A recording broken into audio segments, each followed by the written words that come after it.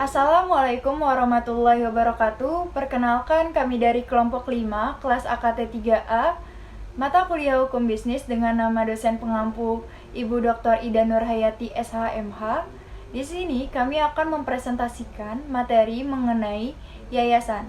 Sebelum kami mempresentasikan, kami akan memperkenalkan diri terlebih dahulu. Perkenalkan, nama saya Dewi Putri Ardanti. Perkenalkan, nama saya Hairunisa Dityaningrum. Perkenalkan, nama saya Sarah Ramadhani. Perkenalkan, nama saya Sulislas Intan. Perkenalkan, nama saya Yulianti Veronica. Selanjutnya kita masuk ke dalam inti pembahasan yang dimulai dari pengertian yayasan itu sendiri. Menurut KBBI, yayasan adalah badan hukum yang tidak mempunyai anggota, yang dikelola oleh sebuah pengurus dan juga didirikan untuk tujuan sosial. Contohnya seperti mengusahakan layanan bantuan, seperti sekolah dan juga rumah sakit. Pengertian yayasan menurut para ahli, yang pertama menurut Zainul Bahri, yayasan yaitu suatu badan hukum yang muncul sebagai sarana untuk mencapai tujuan tertentu di bidang sosial khususnya. Lalu yang kedua menurut CST Kansil, yayasan merupakan salah satu badan hukum yang melakukan kegiatan di bidang sosial. Lalu yang terakhir menurut Ahmad Ihsani, yayasan itu tidak memiliki anggota. Hal ini dikarenakan sebagian harta kekayaan sebuah yayasan terpisah dengan harta yang dimiliki oleh pendirinya. Sebagian harta yang telah disumbangkan untuk yayasan akan menjadi kekayaan yayasan itu sendiri, serta digunakan dalam memajukan bidang sosial, keagamaan, dan lain sebagainya. Dasar hukum yayasan. Dasar hukum yayasan itu UU nomor 16 tahun 2001 yang mengatur tentang pertama, pendirian yayasan dilakukan dengan akta notaris dan memperoleh status badan hukum setelah akta pendirian memperoleh pengesahan dari Menteri Kehakiman dan Hak Asasi Manusia atau pejabat yang ditunjuk.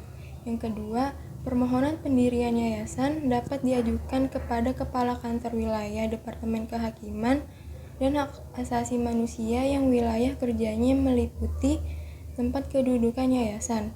Di samping itu, yayasan yang telah memperoleh pengesahan harus diumumkan dalam Berita Negara Republik Indonesia. Yang ketiga, undang-undang ini mengatur tentang kemungkinan pemeriksaan terhadap yayasan yang dilakukan oleh ahli berdasarkan penetapan pengadilan atas permohonan tertulis pihak ketiga yang berkepentingan atau atas permintaan kejaksaan dalam hal mewakili kepentingan umum. Yang keempat, yayasan mempunyai organ yang terdiri atas pembinaan, pengurus, dan pengawas. Pemisahan yang tegas antara fungsi, wewenang, dan tugas masing-masing organ tersebut serta pengaturan mengenai hubungan antara ketiga organ yayasan dimaksudkan untuk menghindari kemungkinan konflik internal yayasan yang tidak hanya dapat merugikan kepentingan yayasan melainkan juga pihak lain. Yang kelima, pengelolaan kekayaan dan pelaksanaan kegiatan yayasan dilakukan sepenuhnya oleh pengurus. Oleh karena itu, pengurus wajib membuat laporan tahunan yang disampaikan kepada pembina mengenai keadaan keuangan dan perkembangan kegiatan yayasan. Keenam, kemungkinan penggabungan dan pembubaran yayasan baik karena atas inisiatif organ yayasan maupun berdasarkan penetapan atau putusan pengadilan dan peluang bagi yayasan asing untuk melakukan kegiatan di wilayah negara Republik Indonesia sepanjang tidak merugikan masyarakat, bangsa, dan negara Republik Indonesia. UU nomor 16 tahun 2001 tentang yayasan kemudian diubah dengan UU nomor 28 tahun 2004. UU nomor 28 tahun 2004 merupakan penyempurna dari UU nomor 16 tahun 2001. Selanjutnya ada tujuan yayasan. Yang pertama itu untuk mencapai tujuan tertentu di bidang sosial, keagamaan, dan kemanusiaan. Yang kedua, yayasan juga harus bersifat sosial, keagamaan, dan kemanusiaan.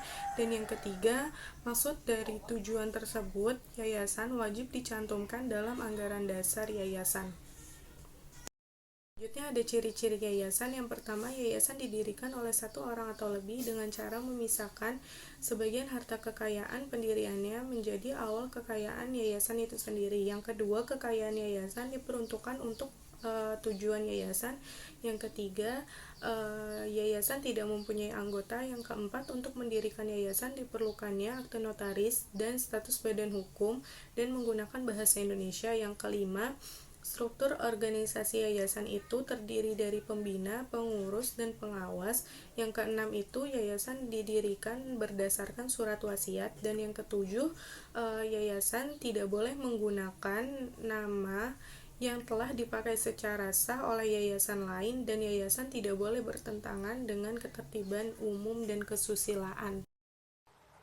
Contoh yayasan.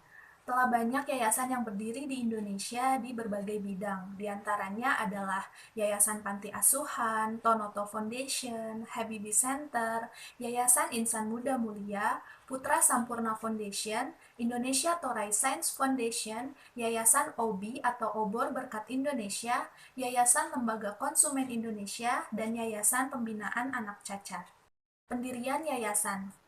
Pendirian yayasan dilakukan dengan akta notaris dan mempunyai status badan hukum setelah akta pendirian memperoleh pengesahan dari Kementerian Hukum dan HAM atau pejabat yang ditunjuk.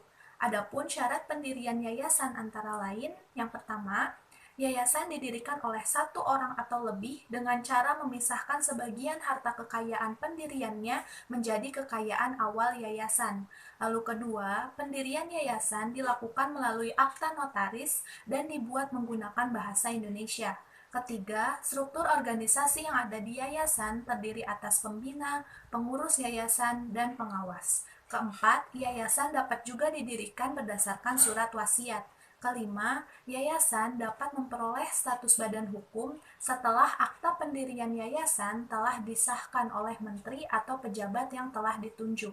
Lalu yang keenam, yayasan tidak boleh menggunakan nama yang telah dipakai secara sah oleh yayasan lainnya, dan juga yayasan tidak boleh bertentangan dengan ketertiban umum dan kesusilaan.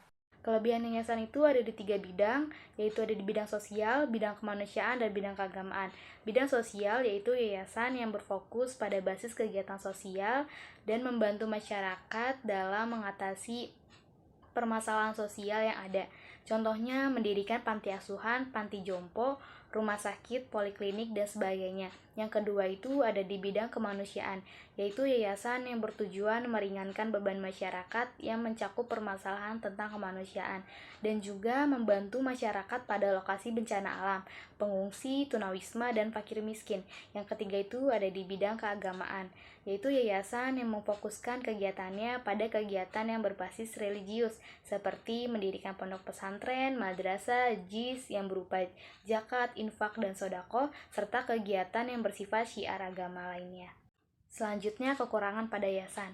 Kekurangan dari yayasan adalah dalam hal sumber pendanaan yang diterima yayasan sangat terbatas hanya pada beberapa bidang. Dengan terbatasnya dana masukan tentu saja dapat berdampak pada jalannya kegiatan yayasan. Yang kedua itu dalam mengatasi keterbatasan dana yayasan. Maka pemerintah memberikan keleluasaan bagi sebuah yayasan untuk bisa membuat sebuah badan usaha. Tentunya badan usaha yang dibentuk haruslah sinkron dengan tujuan pendirian yayasan. Dengan demikian, yayasan akan memiliki sumber pemasukan dana yang dapat digunakan oleh para pengurus dengan baik untuk mendanai kegiatan bidang sosial, bidang kemanusiaan, maupun bidang keagamaan.